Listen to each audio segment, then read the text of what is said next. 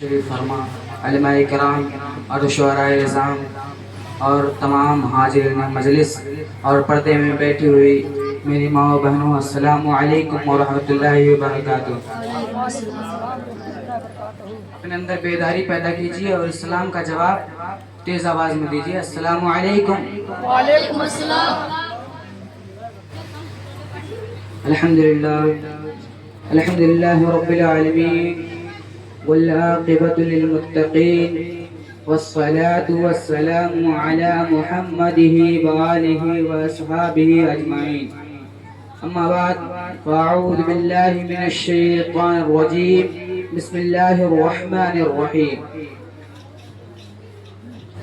الا بذکر اللہ تطمئن القلوب،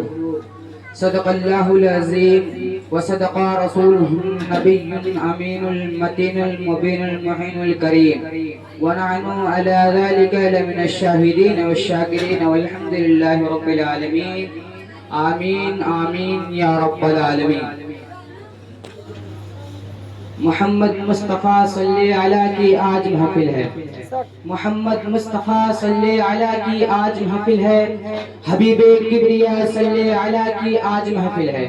محمد مصطفیٰ صلی علیہ کی آج محفل ہے،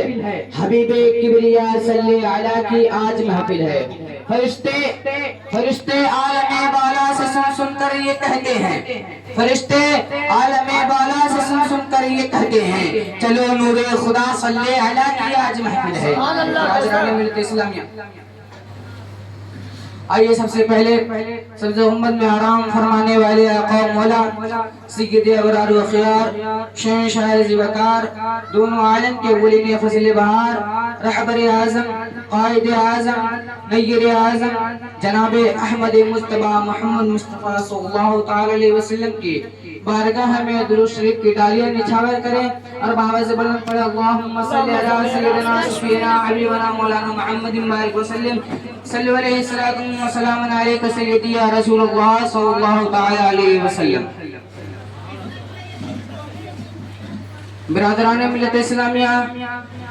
ہر وائز ہر مقرر خطبہ مسنونہ کے بعد کسی نہ کسی آیت کریمہ یا کسی حدیث پاک کو اپنا عنوان سخن بناتا ہے۔ اسی قانون اور اسی ضابطہ کے تحت میں نے بھی قرآن مقدس کی ایک مشہور و معروف آیت کریمہ کی تلاوت کرنے کا شرف حاصل کیا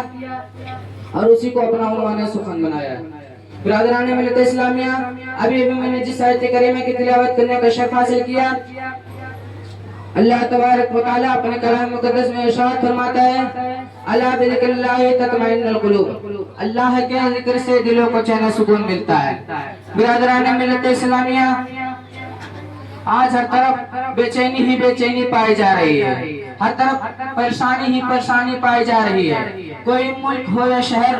گاؤں ہو یا محلہ، بلکہ کوئی ایسا گھر نہیں جہاں بے چینی نہ پائی جاتی ہو، ہر طرف بے چینی نظر آ رہی ہے۔ ہندوستان ہو یا پاکستان، ہر طرف بے چینی نظر آ رہی ہے، امریکہ ہو یا افریقہ،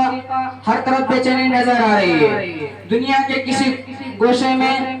چین و سکون نہیں مل رہا ہے۔ برادران ملت اسلامیہ، میں نے ہندوستان کی ہر گوشے کا چکر لگایا مگر چین و سکون آرام و راحت نہ ملا، پاکستان کی ہر خطہ کا نظارہ لیا مگر چین و سکون آرام و راحت نہ ملا۔ اے مسلمانوں، آؤ چین و سکون آرام و راحت تلاش کریں۔ میں نے پوری دنیا کا چکر لگایا مگر کہیں پر آرام و راحت چین و سکون نہ ملا۔ جب میں پریشان ہو گیا اور میں نے قرآن سے سوال کیا، اے قرآن تو ہی اب ہماری رہنمائی فرما، اے قرآن تو ہی ہمارے سوالوں کا جواب دے، تو قرآن کہتا ہے، اے سائل تو پوچھتا ہے دلوں کو چین و سکون کہاں ملے گا، تو سن، الا بذکر اللہ تطمئن القلوب، اللہ کے ذکر سے دلوں کو چین و سکون ملتا ہے۔ برادران ملت اسلامیہ، قرآن پکار کر کہہ رہا ہے، قرآن بار بار پکار کر کہہ رہا ہے، اے غافل انسان، تو نے اپنے رب کو یاد کرنا چھوڑ دیا، اپنے رب کو یاد کرنا چھوڑ دیا، اے غافل انسان، تو اپنے رب کو یاد کر اور اپنے دل کی اجڑی ہوئی بستی کو آباد کر۔ اللہ تبارک و تعالیٰ نے ذکر کے متعلق کلام مقدس میں ارشاد فرمایا ہے وَاذْكُرُوا اللَّهَ كَثِيرًا، اور اللہ کو کثرت سے یاد کرو۔ برادران ملت اسلامیہ، اللہ تبارک و تعالیٰ نے اپنا ذکر کرنے کا ہمیں حکم دیا ہے برادران ملت اسلامیہ، لیکن افسوس تو اس بات کی ہے کہ آج مسجدوں سے اذان کی آواز آتی ہے، مؤذن پکارتا ہے حی علی الصلاۃ حی علی الصلاۃ، آؤ نماز کی طرف آؤ نماز کی طرف، اور پکارتا ہے حی علی الفلاح حی علی الفلاح، آؤ کامیابی کی طرف، حی علی الصلاۃ آؤ نماز کی طرف آؤ کامیابی کی طرف۔ ہمارے کانوں میں اذان کی آواز جاتی ہے، ہم اذان کی آواز سننے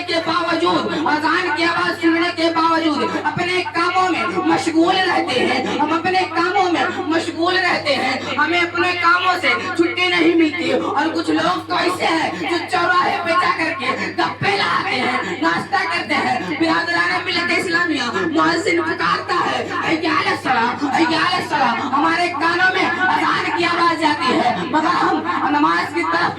ایک وقت کا بھی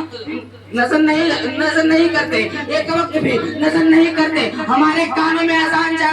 کی آواز جاتی ہے، مؤذن فجر کے وقت پکارتا ہے الصلاۃ خیر من النوم، نماز نیند سے بہتر ہے، ہمارے کانوں میں اذان کی آواز جاتی ہے، ہم اپنے بستروں پر آرام کی نیند سو رہے ہیں، حالانکہ ہمارے کانوں میں اذان کی آواز جاتی ہے، لیکن ہم اپنے بستروں پر آرام کی نیند سو رہے ہیں۔ برادران ملت اسلامیہ، اللہ تبارک و تعالیٰ نے نماز کے متعلق کلام مقدس میں بے شمار جگہوں پر ارشاد فرمایا ہے۔ کہیں اللہ تبارک و تعالیٰ ارشاد فرماتا ہے نماز کے متعلق کلام مقدس میں ارشاد فرماتا ہے نماز قائم کرو اور زکات دو اور رکوع کرنے والوں کے ساتھ رکوع کرو، اور اللہ تبارک و تعالیٰ کلام مقدس میں ارشاد فرماتا ہے اے ایمان والو تم صبر اور نماز سے مدد طلب کرو، صبر اور نماز سے مدد طلب کرو۔ کہیں اللہ تبارک و تعالیٰ نماز سے کامیابی اور پاکیزگی حاصل کرنے والا بتا رہا ہے۔ برادران ملت اسلامیہ، ہمیں چاہیے کہ ہم نماز کی طرف توجہ دیں، نماز کی طرف توجہ دیں۔ ہمیں چاہیے کہ ہم اپنے مسجدوں کو بھریں۔ اتنی عالی شان مسجد بنوا کر کے کیا فائدہ جب ہم اپنے مسجدوں میں صرف جمعہ جاتے ہیں، اور کچھ لوگ تو ایسے ہیں جو جمعہ کو بھی نہیں جاتے ہیں۔ برادران ملت اسلامیہ، سرکار دو عالم صلی اللہ تعالی علیہ وسلم ارشاد فرماتے ہیں جب بندہ نماز کے لیے کھڑا ہوتا ہے تو جنت کے دروازے کھول دیے جاتے ہیں، اور حوران جنت اس کا استقبال کرتے ہیں، اور اللہ رب العزت اور اس کے درمیان جو پردے ہوتے ہیں تمام پردے ہٹا دیے جاتے ہیں۔ اور جب بندہ نماز پڑھنے کے لیے کھڑا ہوتا ہے، نماز کی نیت کرتا ہے تو اس کے تمام گناہ اس کے سر پر رکھ دیے جاتے ہیں، جب وہ رکوع کرتا ہے تو اس کے تمام گناہ اس کے سر سے گر جاتے ہیں، اور جب وہ سجدہ کر کے نماز کو مکمل کرتا ہے تو اس کے تمام گناہ معاف ہو جاتے ہیں۔ نعرہ تکبیر، نعرہ رسالت، تشریف میلاد النبی، علماء اہل سنت، نعرہ تکبیر۔ برادران ملت اسلامیہ، سرکار دو عالم صلی اللہ تعالی علیہ وسلم ارشاد فرماتے ہیں نماز میرے آنکھوں کی ٹھنڈک ہے۔ یہ کوئی ایسا ویسا شخص نہیں کہہ رہا ہے، حضور تاجدار مدینہ، راحت قلب و سینہ، نور مجسم، رحمت دو عالم صلی اللہ تعالی علیہ وسلم ارشاد فرما رہے ہیں نماز میرے آنکھوں کی ٹھنڈک ہے۔ تو ایسا کون سا عاشق رسول ہے، عاشق مصطفیٰ ہے، امت مصطفیٰ ہے جو اپنے نبی کی آنکھوں میں ٹھنڈک نہیں پہنچانا چاہتا؟ ایسا کون سا امتی ہے جو نبی کی آنکھوں میں ٹھنڈک نہیں پہنچانا چاہتا ہے؟ اگر یقیناً میں آپ امت مصطفیٰ ہے،